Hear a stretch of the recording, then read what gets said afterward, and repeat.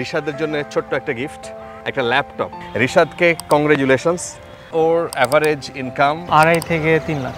ওর 3 জন employee কাজ করে পাকিস্তান থেকে, মানে ও তাদের বস। যেখানে হচ্ছে প্রফিট বেশি।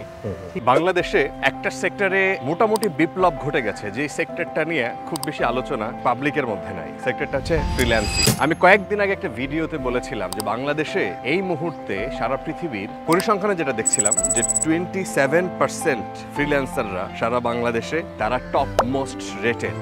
বাংলাদেশে এই মুহূর্তে ফ্রিল্যান্সিং এর কততম দেশ হিসেবে বাংলাদেশের অবস্থান জানেন? 8ম। রিশাদ এই ছেলেটা, আমি ওর সম্পর্কে এখনো ডিটেল জানি না, আমি জাস্ট কিছুক্ষণ আগে ওর সাথে আমার পরিচয়। সে আমাকে বললো যে প্রায় ওর অ্যাভারেজ ইনকাম এখন কত ভাইয়া তুমি বলো? 2.5 থেকে 3 লাখ। তো 2.5 থেকে 3 লাখ টাকা। তোমার অফিস কি বাসায় নাকি বাসায় বসে এগুলো করো নাকি ভার্চুয়ালি? হ্যাঁ ভার্চুয়ালি। আমার যারা এমপ্লয়ি কাজ করতেছে এর হচ্ছে ম্যাক্সিমাম। ও তোমার কতজন এমপ্লয়ার? এখন হচ্ছে 3 জন পাকিস্তানের, 2 জন বাংলাদেশ। মানে মজার ব্যাপারটা শুনেন, ও বাংলাদেশি একটা ছেলে। তোমার গ্র্যাজুয়েশন শেষ হয়েছে কবে? 2022 ডিসেম্বরে শেষ। 1 বছরের পর ওর 3 জন এমপ্লয়ি কাজ করে পাকিস্তান থেকে, মানে ও তাদের বস।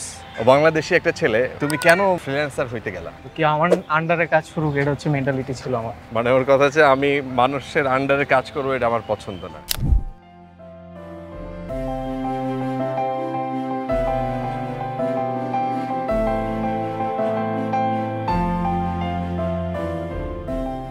রিশাদদের মতো বাংলাদেশে অন্তত 10 লাখ ছেলে মেয়ে এই সেক্টরটায় কাজ করছে, এবং বাংলাদেশে 10,000 কোটি টাকার উপরে এরা রেমিটেন্স নিয়ে আসছে বাংলাদেশে বসে। আমি বলবো যে আমার ভাষায় এটা একটা রেভুলেশন, যেটা সম্পর্কে অনেকেই হয়তো আমরা জানি না। রিশাদ বলছিল যে সে মূলত ইন্ডিপেন্ডেন্ট থাকতে পছন্দ করে, এবং সেই কারণে এই পেশাটায় আসছে। এবং সবচাইতে বেশি এই পেশায় আসার সংখ্যা মানুষ কোন দেশে জানেন? এটা হচ্ছে যুক্তরাষ্ট্রে, মার্কিন যুক্তরাষ্ট্রে। এবং তারা $1.3 ট্রিলিয়ন ইনকাম করেছে গত অর্থ বছরে। তুমি কেন এই লাইনটায় আগ্রহী হইলা? কি ধরনের কোর্স তুমি করো? আসলে আমি হচ্ছে অনার্স কমপ্লিট করেছি ট্যুরিজম এন্ড হোটেল ম্যানেজমেন্ট নিয়ে। ইন্টার্নশিপ যখন চলে, অন্যের আন্ডারে কাজ করে, আমি ফিল করি যে আসলে এটা ইজ নট মাই থিং।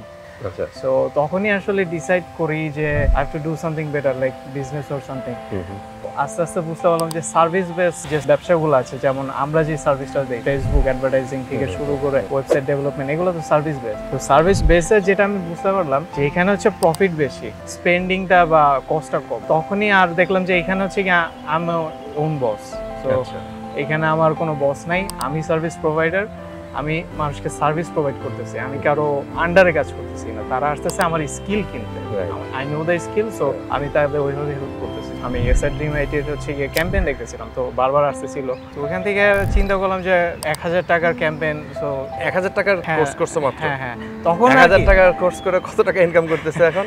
নতুন এজেন্সি আমার, সেহেতু 2.5 থেকে 3 লাখ টাকা চলে আসে। তো বিগিনিং স্টেজে আসতেছে 2.5 থেকে 3 লাখ, যেখানে আমার ইনভেস্টমেন্ট ছিল মাত্র 1000 কোর্স করেছিল। ডিজিটাল মার্কেটিং এর কোর্সের ভিতরে তার হচ্ছে Facebook, Google advertising, YouTube advertising, এগুলো বিভিন্ন রকম সাবজেক্ট ছিল। বাট অ্যাডভার্টাইজিং এর প্রতি আমার ইন্টারেস্ট আগে থেকেই ছিল। অনলাইন বিজনেস করতাম, সো সেখানে আমি আবার ফেসবুক অ্যাডভার্টাইজিং করতাম, কিন্তু তখন আমি কোর্স করিনি, জাস্ট ইংলিশ বুঝি, কি লেখা বুঝি। সো ওই টার্ম অনুযায়ী কাজ করতাম, দেখতাম সেল আসতো। এখন আমার ফুল সার্ভিস হচ্ছে গিয়ে অ্যাডভার্টাইজিং থেকে শুরু করে আমরা ই কমার্স, ওয়েবসাইট ডিজাইন থেকে শুরু করে সবই আমার এজেন্সি থেকে সাপোর্ট দিতে পারি। জি, সবাই কোর্স করে, কিন্তু প্রবলেম হচ্ছে কি তারা আসলে রিয়েল লাইফ ফিল্ডে এসে যে কাজ করতে হয়, কিভাবে করতে হয়, মানে কি প্রসিজিওর আছে, এগুলো বুঝে না। ঠিক আছে, যেমন বলবে যে আমি কোর্স করে আসছি অমুক জায়গা থেকে, এত কিছু করে আসছি, আমার এতগুলো সার্টিফিকেট আছে, কিন্তু রিয়েল লাইফে এসে হয় কি, আপনি যদি বলেন যে আমার লাইন সাপোজ বলি যে অ্যাডভার্টাইজ করব, আমার ব্র্যান্ড হচ্ছে গিয়ে অমুক ব্র্যান্ড, এই ব্র্যান্ড হচ্ছে গিয়ে এমন টাইপের প্রোডাক্ট সেল করে, they just know how to structure the advertise, but they don't know how to sell it. এটা হচ্ছে প্রবলেম। ঠিক আছে, বেস্ট প্র্যাকটিস গুলো আসলে আমরা বুঝতে পারি না, আমরা জাস্ট কোর্স করছি, আমরা মনে করি যে yes I can do anything. Rishad, সবচাইতে বড় প্রশ্ন যেটা করে মানুষ যে এখানে স্ট্রাগল করতে হয়, তোমার স্ট্রাগল পিরিয়ডটা জানতে চাই। অনেস্টলি বলতে গেলে আমি ওইভাবে আসলে ক্রেডিটটা নিতে পারবো না যে আমি অনেক স্ট্রাগল করছি স্টার্টিং এর টাইমে। কারণ কি দেখা গেছে যখন আমি কোর্স করতেছিলাম মেইনলি, আইজ গেলে 4টা ক্লাস কমপ্লিট হয়েছে। সো দেখা গেছে যে আমি কোর্স শুরু করছি, সবাই বসে আছে কবে ফাইবার বা আপওয়ার্কে অ্যাকাউন্ট খোলা হবে, ক্লাসের ভিতরে বোঝানো হবে তার আগে আমি মোটামুটি অ্যাকাউন্ট খুলে সেট আপ করে কোথায় অ্যাকাউন্ট ছিল? তখন ফার্স্ট আমি অ্যাকাউন্ট ওপেন করি আপওয়ার্কে ওপেন করার পরে হচ্ছে গিয়ে কিছু প্রজেক্ট দিতে হয়, মানে সার্টিফিকেশন দেওয়া লাগে। তো অনেকে কিন্তু এটাও জানে না সার্টিফিকেট অ্যাড করা যায়। তো আমি তো জানি, আমি এগুলো সম্পর্কে রিসার্চ করেছি। কোর্স করার আগে থেকে এগুলো মোটামুটি ধারণা নিয়ে আমি রিসার্চ করতাম অনেক। তো দেখলাম যে এখানে দুই একটা কাজ খুব সহজ লাগতেছে আমার। ইংলিশ তো জানি, but I don't know how two write the cover letter for this kind of jobs. ঠিক আছে, সো তখন ChatGPT মাত্র নতুন আসছে, আমি ওইভাবে একটা অ্যাপ্লাই করে দিলাম। করে দেওয়ার 30 মিনিটসের মধ্যে সেই ক্লায়েন্ট আমার সাথে কন্ট্যাক্ট করলো, আমার সাথে কথা বলে তার পছন্দ হলো। সো ফার্স্ট রাতেই মোটামুটি 7,000 বা 8,000 টাকার মতো ইনকাম। ওইখান থেকে জাস্ট প্রথম রাতে। আচ্ছা, প্রথম রাতে। এইটা বাংলাদেশে অনেকেই এই বিষয়ে প্রশ্ন করেন যে এটা আসলে সম্ভব না, মানে এখন নাকি ফ্রিল্যান্সারদের ওইভাবে মার্কেটটা ছোট হয়ে গেছে। ব্যাপারটা কি আসলে তাই? স্যাচুরেশনের ব্যাপার বলতে কিন্তু সব জায়গায় আছে। আপনি চাকরিতে যান, স্যাচুরেশন আছে। আপনি বিয়ে করতে যান, ওখানেও স্যাচুরেশন আছে। সো স্যাচুরেশন এখানেও থাকবে। ব্যাপারটা হচ্ছে কি সব জায়গায় কিন্তু স্কিল খুঁজে। আপনি স্কিল না, বাট আপনি মনে করতেছেন আপনি স্কিল, এখানে তো আমাকে নিবে না। আপনার কোর স্কিলটা নাই, যেটার জন্য আসলে আপনি। আরেকটা প্রবলেম হচ্ছে কমিউনিকেশনের প্রবলেম, তাই না? যে তুমি একটা বায়ারের সাথে কথা বলবা, সে তো তোমাকে কি কি বলতেছে সেটা তোমার বুঝতে হবে, দেন তারপরে তোমার রিপ্লাই করতে হবে। তুমি যদি নাই বুঝো, সেটা বলা প্লাস হচ্ছে লেখা বোঝা সবকিছু তো লাগবে, ইংলিশের দক্ষতা, সেটাও তো একটা বোধহয় এই স্কিল লাগবে। এটাও আমি বললাম তো, কমিউনিকেশন কিন্তু ইংলিশেই হবে। আমি অনেককে শুনি যে ভাই আপনি ইংলিশে বলেন, আমি বুঝি, but I can not talk to you in English. তো প্রবলেম তো এখানে, আপনার তো ইংলিশেও বলতে হবে, কারণ আপনার বায়ার হচ্ছে ইংলিশ পড়ে না। আচ্ছা, এই কমিউনিকেশন গ্যাপটা যদি ফিক্স করা যায়, তাহলে দেখা যায় যে যারা বলতেছে এখন যে আমি কাজ পাচ্ছি না, আমি তো কাজ জানি, ম্যাক্সিমাম আপনি কোশ্চেন করতে পারেন, আমি গ্যারান্টি দিয়ে বলতে পারি 95%ই বলবে যে ভাই আমার ইংলিশে কমিউনিকেশনের সমস্যা।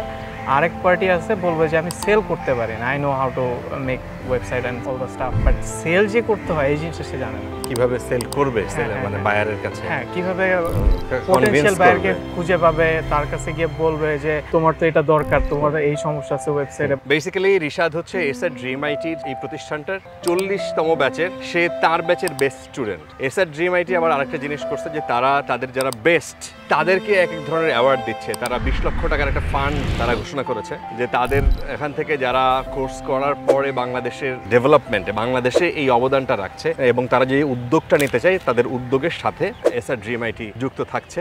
রিশাদের জন্য ছোট্ট একটা গিফট, একটা ল্যাপটপ এসআর ড্রিম আইটির পক্ষ থেকে। তার আগে একটা সার্টিফিকেট আছে, সার্টিফিকেটটা দিয়ে দিই। রিশাদের মতো এরকম বাংলাদেশে প্রায় 10 লক্ষ ফ্রিল্যান্সার বা এই বাংলাদেশকে এখন এগিয়ে নিচ্ছে। তাদের এখান থেকে গত অর্থ বছরে আমরা দেখলাম 16,000 কোটি টাকা এখন প্রতি অর্থ বছরে এখন যুক্ত হচ্ছে। তো এটা একটা বিরাট ব্যাপার। বাইরে বসে এই সময়, যে সময় আমরা ডলার সংকটের কথা বলছি, সেখানে বাংলাদেশের ছেলেমেয়েরা বাসায় বসে বসে মায়ের হাতের রান্না খেয়ে দিয়ে এসে এই কাজগুলো বাসায় বসে করে যাচ্ছে। এবং রিশাদের বাসায় এটা খুবই ইজি। আমি যদিও কনফিউজ, আমি যেহেতু এই সেক্টরের মানুষ না, সেহেতু আমি নিজেও কনফিউজ। আমিও চাই যে এরকম একটা কোর্স তোমাদের মতো করে ফেলি, যে যত বেশি। রিশাদের বাসায় আরেকটা জিনিস আমি খুব কনভিন্স, সেটা হচ্ছে আপনি এই বিষয়টা নিয়ে আপনার তো নলেজ প্রতি মুহূর্তে নিজেকে ফার্নিশ করতে হবে, তাই না? ধার দিতে হবে। ChatGPT আসছে, ChatGPT 4, 4.5, মানে এটা আসতে থাকবে। সামনে নতুন প্রযুক্তির সাথে আপনার নতুনভাবে খাপ খাওয়াই নিতে হবে। আগের ভিডিওটা যখন দিলাম তখন একটা নেগেটিভ কমেন্ট অনেক বেশি আসছে, সেটা হচ্ছে ভাই আমি কোর্স করছি বা কোনো কাজ পাই না, এটা এক ধরনের ভুয়া ক্যাম্পেইন।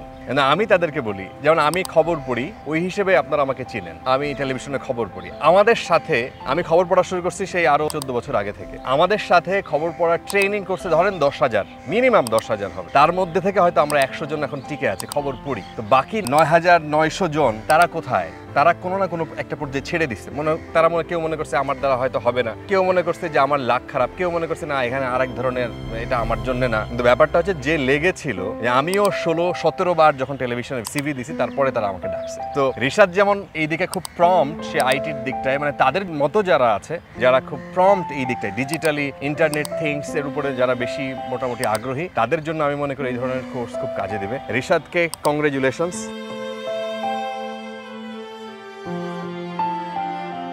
তোমার ভবিষ্যৎ আরো উজ্জ্বল হোক, তোমার জন্য শুভকামনা। Thank you so much. Thank you so much ভাই।